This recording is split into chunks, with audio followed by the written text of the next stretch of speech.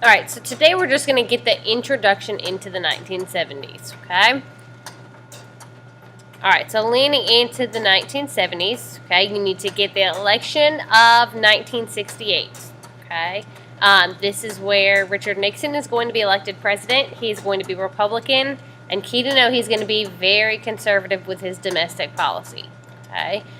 One big transition that you see is that he's going to believe that the federal government had grown too large, so he's going to kind of pull back on the power of the federal government.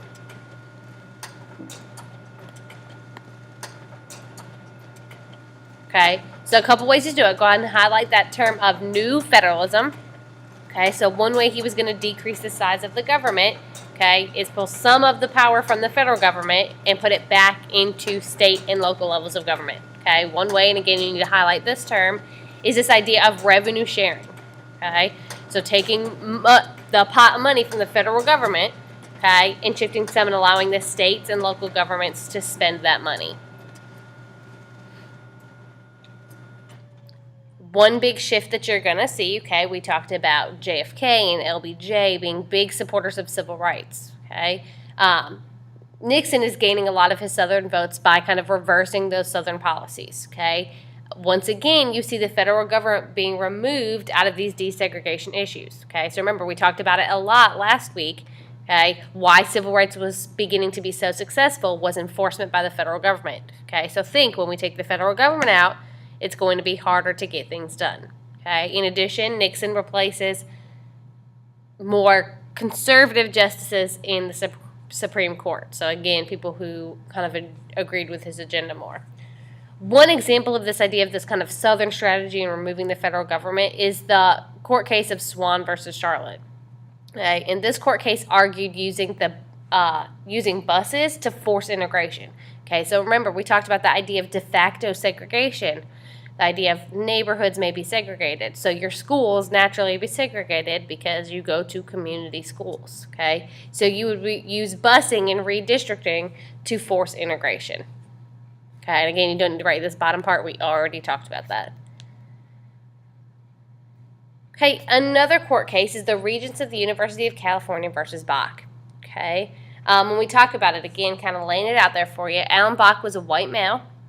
Okay, he was denied interest into medical school. Okay, so he was more qualified than other black candidates. Okay, but they set a quota system. So remember, we talked about a quota system. You have to have we talked about with immigration having a specific number per country. Well, in this idea, quota system is you have to have so many minorities or so many African American students. Okay, so again, he's taking it to the Supreme Court, saying that's not fair. So the idea is that affirmative action is legal, okay? So again, allowing more minorities to be entered into school, women, things like that, okay? But you cannot use a quota system, okay? So basically I can say we want to incorporate more diversity, but I can't say that there are 15 slots specifically for African American students, okay? So again, that's not constitutional, it goes against the 14th Amendment.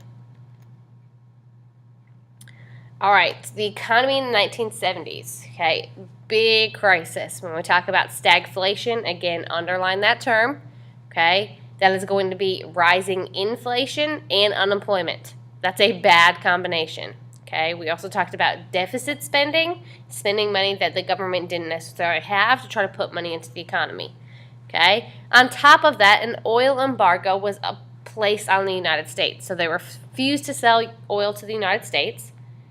Okay, so wages were frozen. Okay, nobody was getting a raise. Economic crisis. Gas prices are about to rise. All right, kind of jumping back to the idea of the Cold War. Okay, Nixon is going to approach the Cold War with a new policy. Okay, he is going to believe in what is known as détente. Highlight that. Okay, Henry Kissinger, we saw him kind of help negotiate things in Vietnam. Okay, he's going to be an advocate of this policy of détente. Again, highlight that word détente. And détente just means an easing of Cold War tensions. Okay, so again, trying different strategies to make it work. Okay, one revolutionary thing, and this was very secret at the time, is that Nixon actually goes to visit China. Okay, now we know that China is communist. Okay, and during the Korean War, we obviously did not have good relations with China. Okay, so going to visit there, that's a big deal with the idea of détente, or trying to ease Cold War tension and promote peace. Okay, that also starts the second open door. Okay, so again, we begin to trade with Communist China. Big deal.